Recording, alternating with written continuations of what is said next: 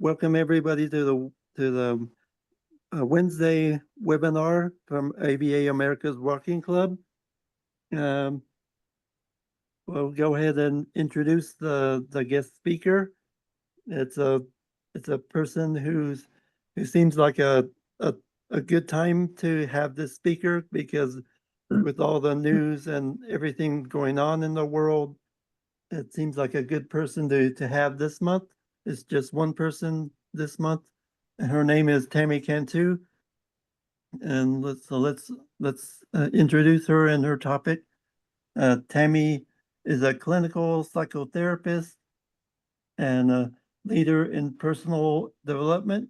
She specializes in helping individuals become the complete person mentally, emotionally, physically, and socially.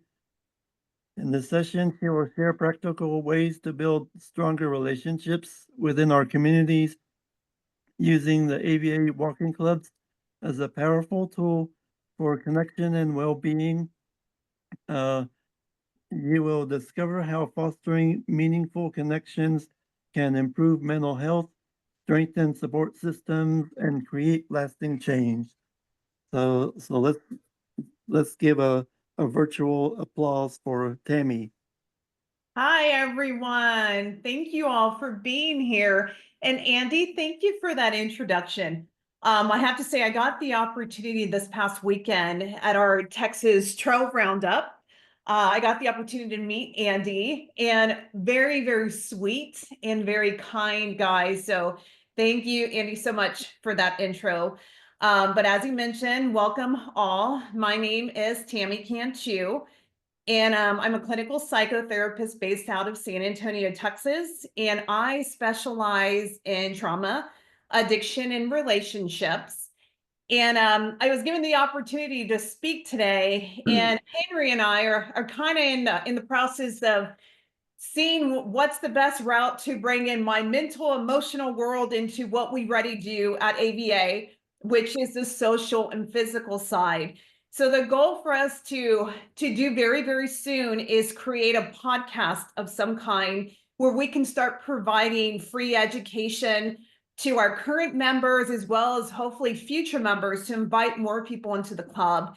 Again, this will be a free service for people, and I think it's important for us to provide what it is that we do through ABA and tell everybody that wants to be involved and that are already involved what are the benefits of being involved within the organization. And I think in a podcast format or even a webinar like this kind of format, we're able to speak to so many people in a shorter time frame and record these videos and then hopefully post them on our website. And then for years to come, they just continue being seen. And then we add in and then invite other speakers that do anything within the wellness category that can come on board and hopefully contribute as we continue to grow.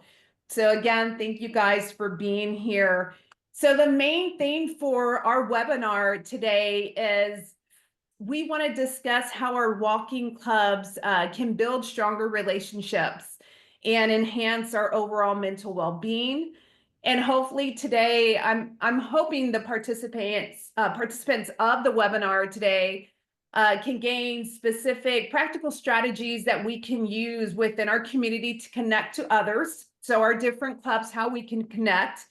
Of course, the benefits of the social benefits of our walking clubs, as well as the physical benefits of our walking clubs, and how to use our clubs as a tool to build more friendship, to get more fitness and have fun, as our mission is for ABA.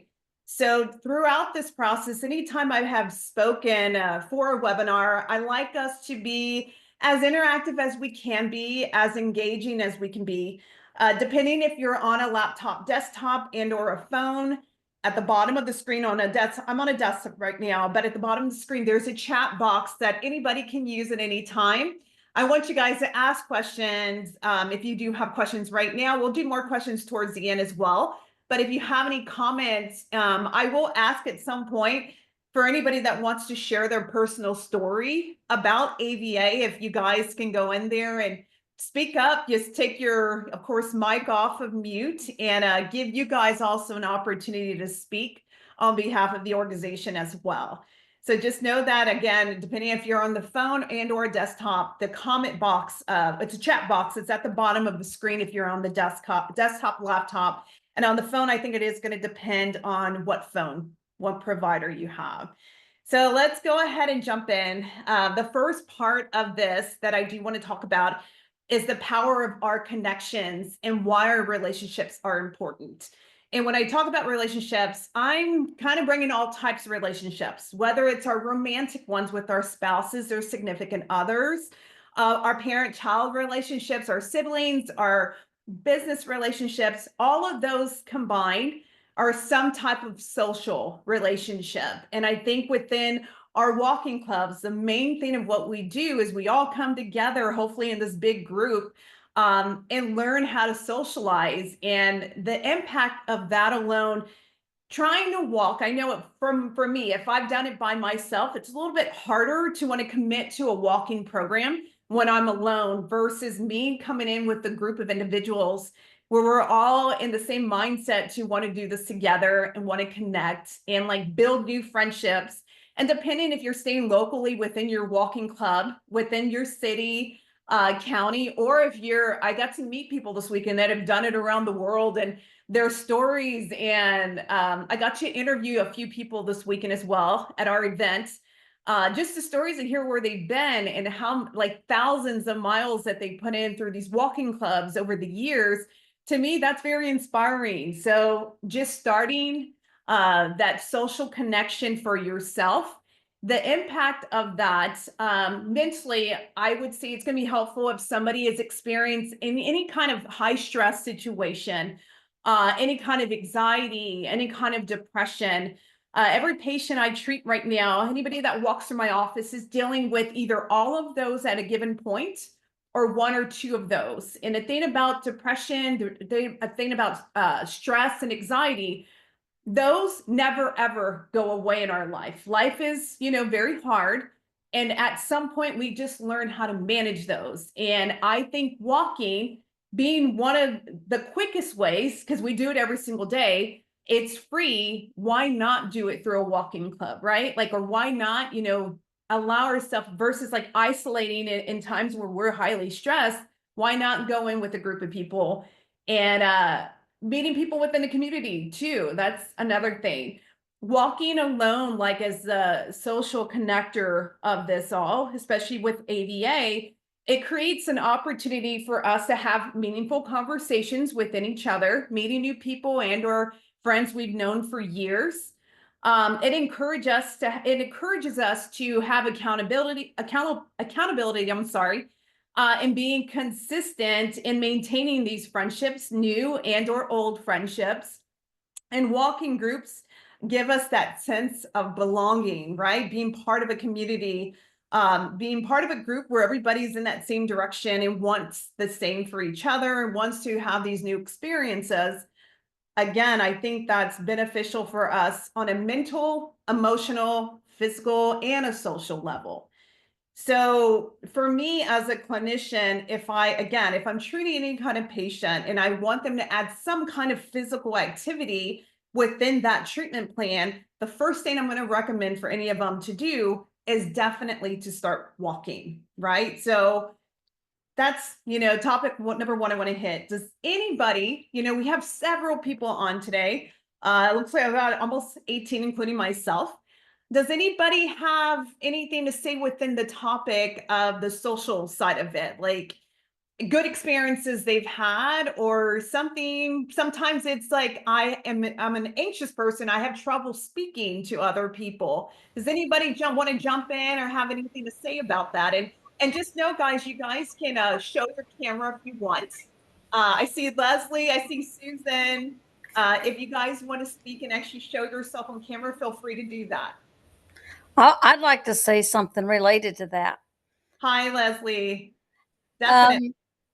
I've been walking with the AVA since 1981. Wow. Okay. And when I was employed, I moved from Lawton, Oklahoma to Oklahoma City to Kansas City to Dallas, to Largo, Florida, to Bedminster, New Jersey, back to White Plains, New York, back to Florida, to Houston, and back to Jacksonville, back to Houston, and to Daytona Beach. Mhm. Every place I moved had a club. And the first thing I did to socialize, to get new friends in a new area, was to pick up the Wanderer and find the local club. I love that. And what has that done for you, Leslie? What has that done mentally, emotionally? How has that made you feel? Well, it gave me people that I could start to talk to. It gave me, it helped me start learning about the area because they had walks, and it just basically helped me become at home in my new home. And you're building that community, right? In a new place, sometimes that's scary for many. Yeah. So having had that opportunity to move, and then it's like, where do I begin?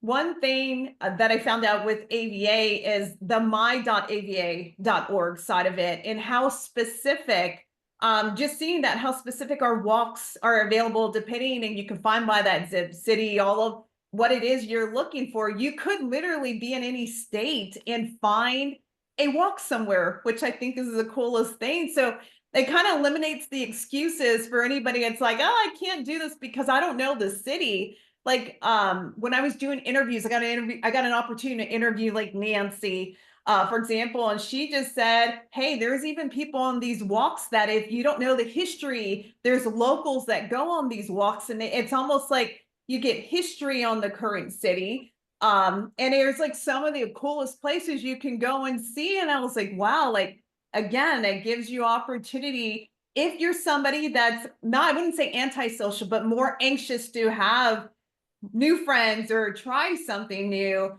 at least AVA gives us that opportunity to socialize and to go outside of our comfort zone.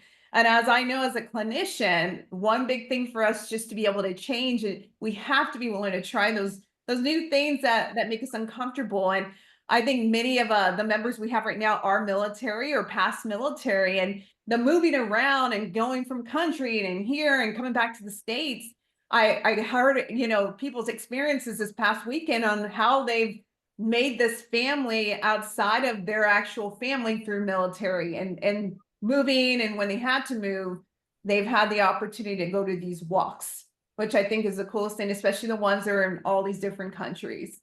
So since 81, Leslie, how many have you done? Do you have a number on how long have you been doing it now? Because it's 81. How many miles is that? I think it's, I think I just turned in the book for 14,000 K. Wow.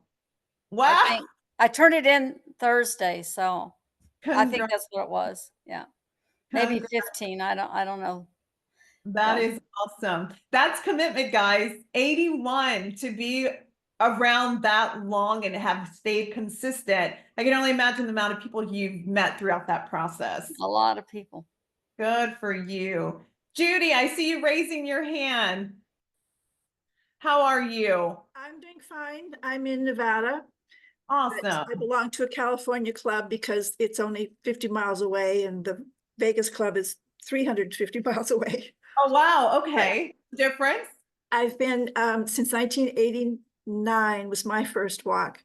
And being basically shy, I have found that it's easy to strike up a conversation when you're on a walk because you automatically have a topic of commonality, that you're all out there doing the same thing. And it's usually, well, how many walks have you done and where have you walked and so on and so forth. So I've met a whole bunch of people over those years and become friends with, because again, you have a topic of conversation to get started with.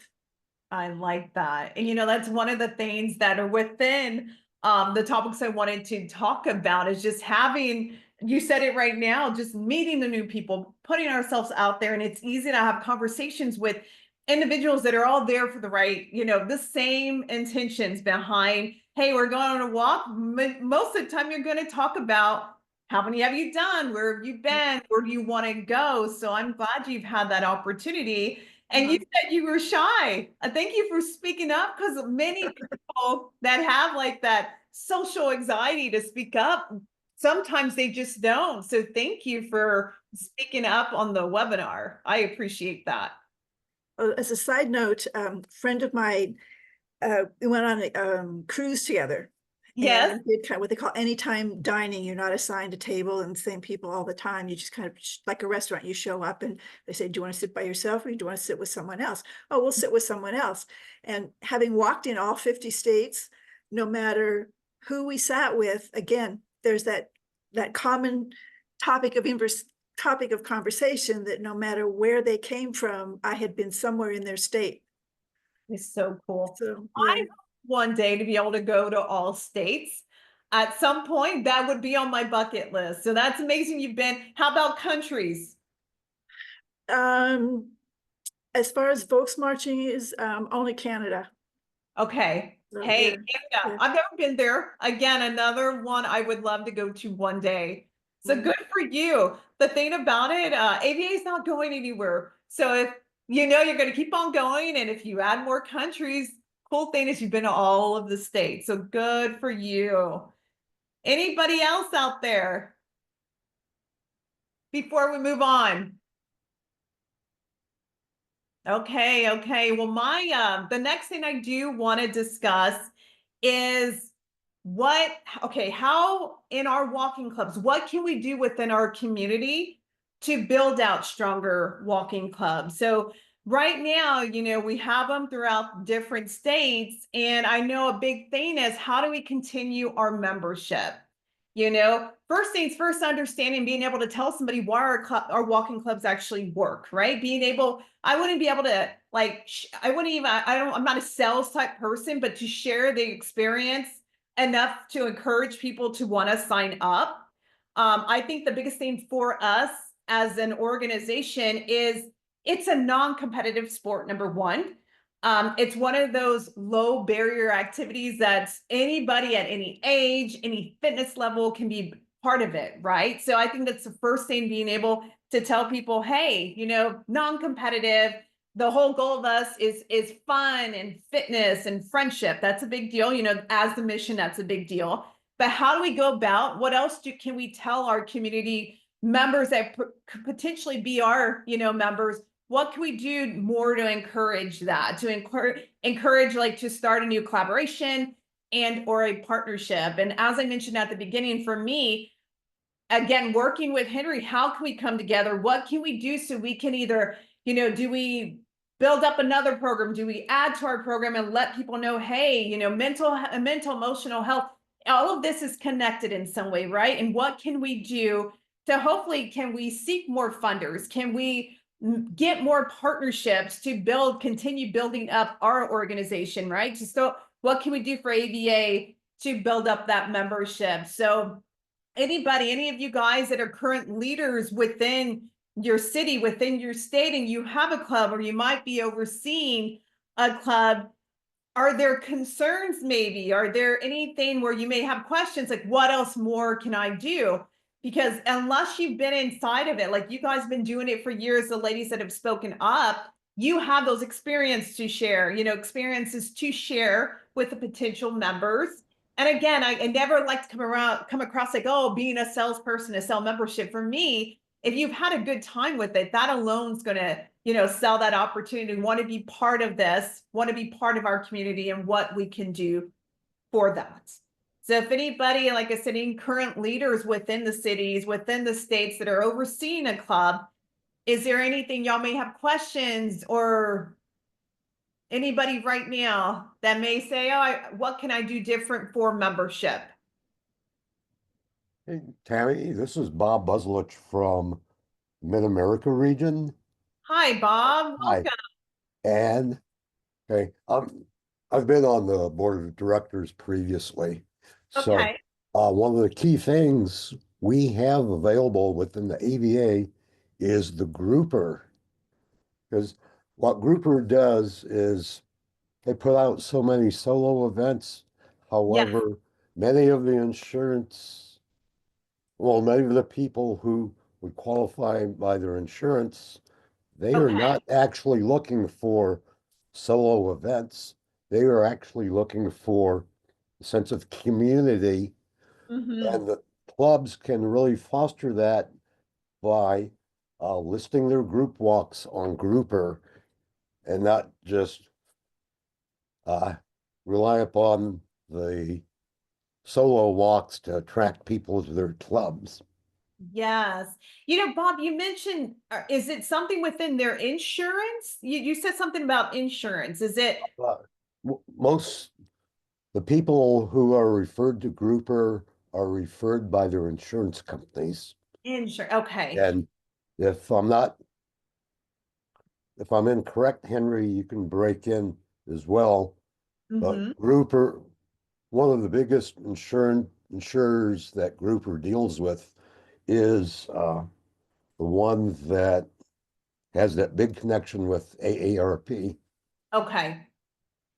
That is one thing as a clinician, I think is very important that in our current program of what we do, we can now just having myself like involved as somebody partnering with ABA as a clinician, we can now go to more insurances and say, hey, AARP, hey, Blue Cross Blue Shield, all of the big ones, TRICARE, VA. If we create something within our organization, we can then say, hey, this is a benefit to offer to all your members. And maybe that's just another way that insurance can then direct them back to us, like a grouper situation, or even if it's a direction, if we collaborate with the big organizations, the big insurance companies, that gives us an opportunity at least to have our name, hopefully, you know, like I said, Henry and I are trying to think what is the best way to have these collaborations and start these new partnerships. Hopefully we can then go to the bigger insurance companies and say, hey, we offer this free. We can offer this free to all of your members.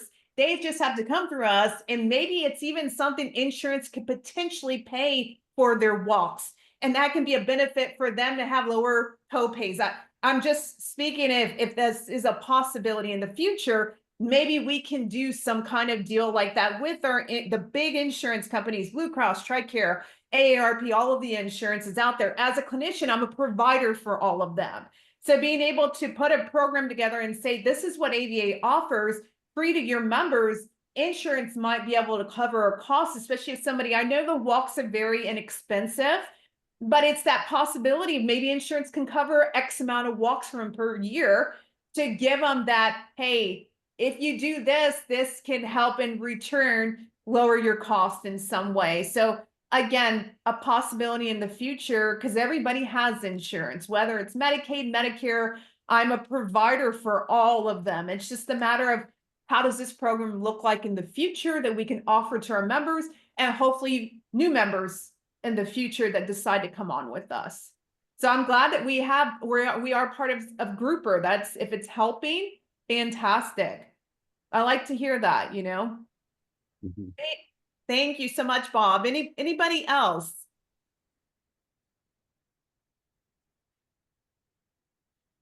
See, we've got some people. Let's see. We've got some people in chat right now. Andy, as I'm speaking, if I don't know if you want to maybe handle anybody that comes through the chat, I don't want to overlook something. So I apologize for you guys that have been sitting in the chat ahead of time. But yeah, maybe Andy and or Hector, if any of you guys want to kind of nudge me whenever someone is there, because I can. If Hector could do that, because I'm on my phone and Okay. I don't really see the chat or I don't know how to bring it Okay. up. Okay, no worries, no worries. So like we've already really started just having this conversation right now about those potential strategies that we can use to strengthen our community, to hopefully build in new memberships. Again, it's right now in the works, or what are the best things that we can do to help, you know, members stay within the organization and invite in new members. And I think it's going to be very, very important for us to start expanding out what it is that we do and how can we get that across to more people. I think a platform, again, like a podcast, wouldn't cost anybody, you know, that jumps on it, but again, gives them free education on what it is that we do, talks about our mission, hopefully gets other speakers, you know, involved to want to do this on their time. They volunteer with us that way, and people learn something. and they learn exactly what it is we're trying to offer through ABA. So again, that we kind of already started that conversation of it. And again, I do think it's going to be important for us to go out with other local organizations, to whether it's other mental health advocates within different cities, different states. Insurance groups is a big one, because insurance, it's expensive for somebody to be unhealthy. And if we can offer something to a patient that's going to help them long-term, mentally, emotionally, physically, socially, all of the above, that's a benefit for an insurance company. That's, there's cost involved when somebody's not well. So again, a possible future collaboration, I'm hoping that we can, approach insurance companies and let them know what it is that we're offering through ABA. So let me go into chat on here. Okay, what's a good way? This was a question. What's a good way to approach new walkers who come to an event? Okay, so if somebody is ready are you talking about, Henry, before or trying to get them to come to the event? So currently at the event or trying to get them to come to an event? I'm sorry. Currently at the event, a first timer, new First person. timer. Okay, I think for them to be able to first to experience something, right? Some people don't want to jump in and commit until they see what is this really about. So that first impression on what we do, what we do as an organization, I think is everything. This past weekend, people were very approachable. People wanted to speak. I mean, people were very passionate about ABA this weekend. I saw it. I heard it in interviews I got to do with individuals that they are committed to this. So with that kind of enthusiasm, anybody that's new, I think for them to just experience it first. So anybody that's been there for a long time, right? Being able to welcome those new individuals in with open arms and say, hey, this is what we offer. I think that first impression is going to get people to say, hey, I do want to be part of this. They were welcoming. I wasn't being judged. I'm not this avid walker yet, but I didn't feel like I was being judged. I felt part of this already. I think that's going to be important. So those are the ones that are ready there. Anybody that hasn't come yet, I think if we're going to start this podcast or we're recording these webinars, this kind of stuff, people can see ahead of time and say, wow, I kind of like what they're talking about. If we can post videos, if we have pictures, for people can see ahead of time the experience, the possibility, what is these walks really about? If we can start painting that picture ahead of time, that will get people more interested, I think, wanting to come on board that haven't experienced the walk just yet. Again, from my experience this past weekend, people that are involved within ABA are very passionate about this organization, that I think it would be hard for somebody to come and not see that, and like, again, if people are welcoming, that's important as well. I see, is it Sayers? Am I saying that correctly?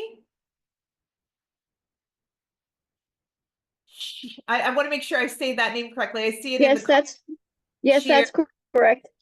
I saw that your comment about you walked Cuba, you walked in WAI. We did around 10 IVV walks, and it was a fantastic trip. How exciting. Do you want to say anything about your experience in those walks? Just that I felt it was a trip of a lifetime. And like you said, it was a trip where I met a lot of interesting new friends, and I still have some of those friends still from that trip. So, that's what I really like about ABA is you can meet lifelong friends. The long-term relationships. And again, it's something you experience over and over again. And as you go from city, state, country, that those friendships build and they just get bigger. And again, community. For example, when y'all have these, trips coming up, the one in New Mexico in April, and then y'all have one that we're doing a cruise this year too. On those trips are opportunities for us to find new members, because they're going to be like, wow, like, what is this? Like, what's going on? Just like what we did this weekend.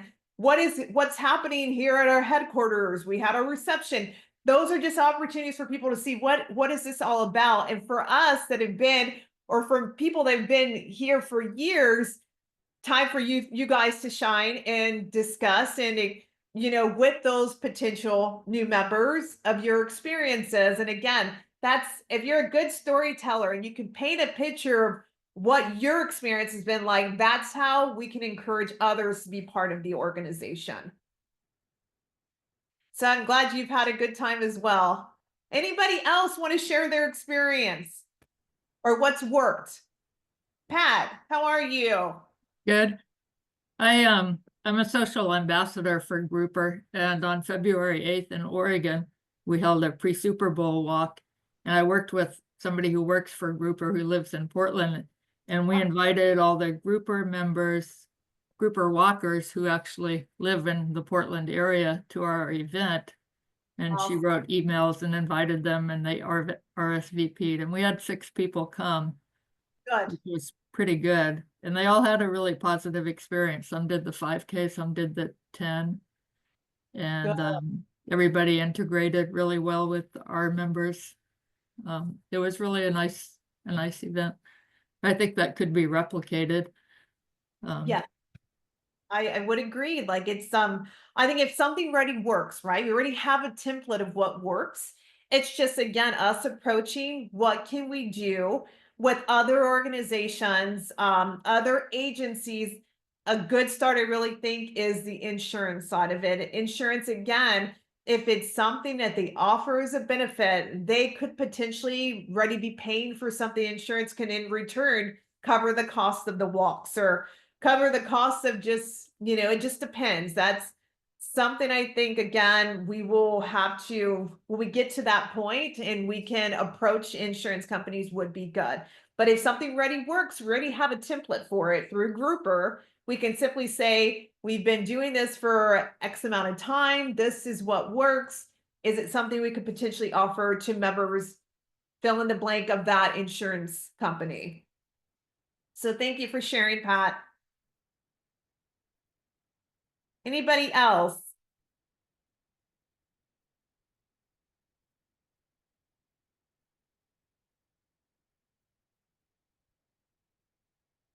Okay, so I think, as I mentioned earlier, we kind of covered different strategies of what we can do within our communities to hopefully build up membership. One big thing I encourage that if you come up with an idea, if you see something works, that I will give you my info. Of course, you'll have access for Henry as well. If it's something we need to try, we're doing it in one state, we're not doing it here, vice versa. That's how I think everybody's ideas are extremely important to me. Like for me, that's how we learn, right? We got to see what works and we don't know everything. So if anybody's input for me that's important to be able to share that across. I think as we continue having the webinars, everybody can bring in more, depending on topics, we can all share our input and with the goal to continue to grow out the organization, grow out our membership. And in return, it helps us, right? Whomever's already part of it, as we grow personally, the organization is going to grow, right? Because we're all part of it in some way. So if anybody have any more questions, I'm here to answer anything, even if it's even outside the topic, if it's anything mental, emotional health related, physical, social, I'm here to answer those questions for you guys. I wanted to say something about new people coming to the walks. Yes. In our club, when we see someone that we don't know and we ask, is this your first time? It's welcome. Sign in, and then someone hits them up. Someone goes to them and explains what we do, gives them membership information, all that kind of stuff. And always there's someone to walk with them. Yes. So they're not walking alone. And I think that's so important because that can be intimidating for someone to try something new and then feel like they're alone or feel like they're being judged. And again, this weekend, when I saw everybody that was involved, that's been there a long time, I did not feel at all. Like I said, people are very passionate about the organization. So that's good to know at any of the walks outside that they do have somebody who approaches them, gives them the information, and they're not alone in it. So let's, awesome, awesome. Thank you, Leslie. You're welcome. Anybody else? Henry, do you have anything to input here? I just saw you for a second on screen and Yeah, I just. you disappeared. I'm here. Tammy, one of the questions I get a lot is, how do we engage other groups or partners? How do we get them involved in our events and what we're doing? Can you speak a little to that? Give us some insight on how you can get other groups or people involved? When you say groups, other organizations that are not part of us yet, right? Right. I think for any kind of collaboration, the question would be, are they doing something in line with our mission, right? Is it another wellness organization? Is it a school district? Like we want to match up with people that, first of all, believe in the mission, right? And if we can do something, and with other nonprofits, everybody wants, first of all, the cost involved. Is there going to be a cost? Are we doing it for each other? I think with any collaboration, I've learned in the past, sometimes you got to be willing to do something for free, right? You got to be willing to show, hey, this is what we're about. This is what we offer. And I do believe us being able to start that podcast, potentially market those other organizations through it. So they see like, okay, they're helping us in this way. How are we going to help them? That would be within another nonprofit. Approaching a school district and saying, hey, we've got an obesity situation, especially in the US. Our kids can benefit from something like this. And I believe we recently had an event here in San Antonio with one of the school districts that was successful. I think once we can get the school buy-in, potentially, we can get the kids involved. But for me, I think it's very important to get the whole family dynamic involved, because if you have a kid that's got any issues with obesity, that doesn't just start at the kid level, that is all the way back home. So if we can get the whole family dynamic, that's a good way to approach school districts by saying, hey, this is free to our kiddos. These are the benefits of it. And many people, there's still the stigma around mental health. Guys, I know as a clinician, mental health is everything. It's very, very important. It's very important at the school level. I think it's more, you're seeing more and more people realizing, hey, mental health is an issue, especially in the United States, with how people are dealing with their lives. If we can approach schools, if we can approach churches, if we can approach another wellness organization, whether it's a for-profit and or a nonprofit, it's about, first, we have to make sure they are willing to buy into what it is we're trying to do mission-wise, because otherwise I would hate for us to waste time on organizations that want really nothing to do with what it is we're trying to promote. What if they can't afford to pay the $4 for the walk? Right. And we're gonna have a lot of situations where it's going to be like that. Fundraising is going to be important, and again, we're already trying to start that process of working on what we can build to approach additional funders. As you and I have spoken, Henry, funding's very, very hard to do these days, and we're going to have to get creative. And it's not going to be an easy process, but I know it's going to be important for the long-term success of the organization or any organizations. So if somebody can't afford it, for example, Medicaid has a lot of programs where they provide additional funding for these kids that cannot afford stuff. I have a relationship already with Medicaid. If we were to approach them and say, hey, we offer this, it could be potentially something that the cost could be covered.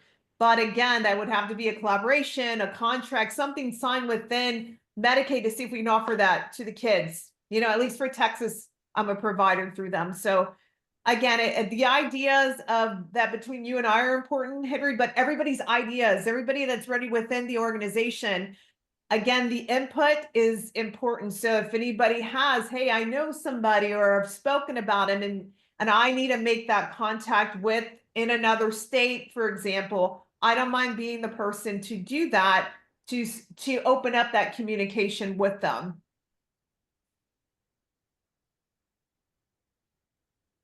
Anybody else? I have something. Hello there. Hi, I'm from the Madison, I'm from the Dairyland Walkers in Wisconsin. Yes. Oh, okay. Awesome. How's the weather there? Cold. We, We haven't been able to get out and walk all month. It's been really so darn cold here.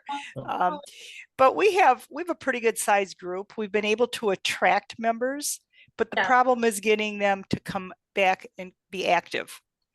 And we have a core group of us on the board. They're very active. There's several people involved in regional and national. But my idea was to survey these people, but that was kind of poo-pooed by the board. And so I guess it's you know, we put together a walk and we get 20 people showing up and we have 125 members, which is quite ridiculous. Yeah. I think when you say, depending on how the board looks at this, because the board has all the say so, right? Within an organization, what's very hard for people is change, right? We got to consider what is our current process and is it going to work for the organization long term? So the more and more people that we can have that are willing to voice, hey, we want to try this within our club, within our city, but we feel like our hands are tied. We've got to try new things because currently it may have worked, but is it going to work for us long term? So those ideas, I think, and correct me if I'm wrong, Henry, I don't know how within a board meeting what this exactly looks like, but is it the matter of getting these, you know, I want to do this, I want to do that within this club, and then approaching the board at that point? Like, what does that process look like for you guys? I don't know if she's referencing the club board because the clubs have their own officers and everything, or she's referencing the national board. No, the local, the local, club. yeah. So so they have a local, clubs have their local governing structure. And we offer enough events. That's not the issue. It's you know, and one of the other things, newer members have been coming to these events and it's a lead walk. So they don't have to do anything. And so to drive 2-3 hours to a walk is something they don't do. I see. Okay. So Henry, so that is within each one, they have the say so on whether or not they're going to entertain any new possibilities of membership or how to do things. Is that correct? That's pretty correct. Yeah. They have a lot of, they're pretty much independent clubs. Okay. Yeah. So they have lots of flexibility to change things depending on what their local officers want, or, you know, and we provide the sort of the umbrella structure. What do you suggest in that situation? I kind of feel like that's like a hands tied situation. Do you suggest per club they just voice those even though they've been told more than once no? Or all I know, for new possibilities, there's got to be the willingness to consider change. Well, it's getting the people in the club. Now you're in the club, and now how do we get you active? How do we get you to come out and join us? It's the engagement piece. Engagement, commitment of the individual. Like, how much are they willing to put in? And case by case for me, like when I look at a situation in a patient, it's like everybody's dealing with their own level of stress or anxiety or illness. And I can't really, without knowing details, to go, okay, this person may be experiencing this. That's why they're not willing to commit. It does really come down to the individual commitment and their willingness to want to be involved. Right. Unfortunately. And if we engage people, if we're doing all we can do and we're trying to, you know, create the safe place and a positive environment, we've done all we can do on our end and encouraging. Unfortunately, when it comes to change for anybody, we can't force it. All we can continue is be positive in it. And again, offer the environment, the safe place to do it, the community, all of that we're already doing within our clubs. And hopefully people are willing to be consistent and commit. Thank you. You're welcome. I was looking at more within the chat. There's, let's see, attracting new members. Many people today want to do walk activities, good, but seem reluctant to join a club, attend meetings. So we attract participants, but it's harder to attract club joiners. And it's our clubs that support our walks and many need new blood members. So again, I think we kind of just hit that to a certain extent of what if each club has its own leadership and all of that. It's extremely hard to change leadership if they are set in their ways, if they feel what's working works for them and maybe not for everybody involved. That's the unfortunate part, because clubs will eventually die out or go away without, you know, extending and lasting longer, when it could happen if people were willing to reconsider that what's working right now may not work in the future, or maybe what they think is working is actually not working. And that comes down to a power and control thing, power and control struggle. And it's unfortunate, because you're gonna lose good people in that process. Good people that want to see this club last or their club last for an extended period of time. And unfortunately, if you don't have leadership that agrees with that, again, we can't change that, unfortunately. We can hope for the best, but sometimes it's not, you know, it's not good enough. Let's see.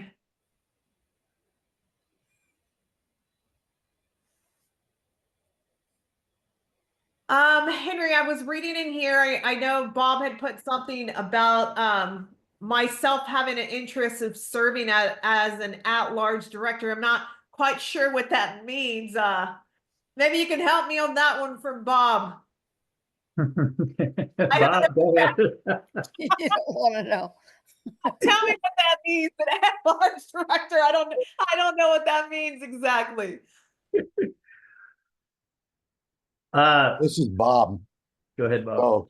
So, actually, the leadership of AVA is always on the lookout for potential at-large directors to broaden out the board of directors and bring new skills and experiences to the board. And it's been a couple of years since there was a at-large director on the board. And I think, based upon what I've heard this evening, you might be a very good prospect. You know, I think it's important to be able to offer different, you know, skills or trainings, or if the board was interested in that, right? Like some people may not, different inputs, new ways of thinking. Again, we touched a little bit about changing people's ways of thinking. That's hard to do, but the inputs, you know, why not, right? Why not kind of paint the picture of possibility if we were to change ways of doing membership, or ways of offering this or that to current members and or new members. I would definitely be open to doing any kind of trainings or having those conversations if it was allowed, number one. And if anybody was willing to hear, I speak for a living. So I wouldn't be against that at all. Thank you for bringing more comments. Tammy, you have some more comments. Yes, let me, I'm trying to go through all this. I can see some that are kind of overlapping with let's see. Mention participation in an international trail summit in Madison, Wisconsin during April. You can pass. Pass that. Which one are you? Right after that, SS, SS. right there. Let me bring this up bigger. I can read them if you want. Yes, if you don't mind, I'm trying to Okay. join the club. Well, well, you're doing, the Trail Summit is in April. I'll be attending with Jeff Giddings and Jerry Wilson. Basically, it's a summit on people that do what we do and organizations that fund it. So it's trail building and people that fund those types of things, like people that fund all trails, and it's also government entities that fund this type of work. So we're going to be getting involved in that. That's all I have on that. And that's happening in April as well. And that's different from what's happening in New Mexico. Is that right? Right. That's our convention. Yeah. Okay. So the next comment is one of AVA's challenges is attracting new club members. Many people today want to do walk activities, good, but many seem reluctant to join a club, attend a meeting, etc. So we attract participants, yay, but it's harder to attract club joiners. It's our own clubs that support our walks, and many need new blood members. Yeah. The question would be, what can we offer them, right? Like, what more can we offer as an organization when many times they can do walks and some are going to be a high cost walk and some might even be free, depending on if they do meetup, the app meetup, if they do stuff like that. What else more could we offer? I think creating a program of some kind where it takes, walking as part of, and Henry, you and I have talked about what can we do? We talked earlier about approaching insurance. Some insurances cover people's membership for their gym. It's part of the fee that they pay monthly. If this becomes a benefit, our clubs become a benefit, and it's a cost where insurance can then we can be reimbursed in some way to bring additional sources of income. I think we need to start thinking outside of the box of how do we build these programs to create additional sources of income outside of just our walks. Like, what does that look like? And that's why I think it's important to get everybody's input of what that could, if you had an option through your insurance company to create something like this, what would you want that to look like as a member of that insurance? So I think we have to really start thinking outside the box, outside of just getting fees for walks only. Okay, and then Tammy, do you know about Walk with the Doc? This is a growing organization. They are also involved with Grouper. I think, was it you that mentioned that to me, or was it somebody else? And is it another nonprofit, Henry? Yes. Okay. Pat. I need to look more into that because, again, we are trying to add this mental health component right now. We're trying to collaborate to see what this can look like.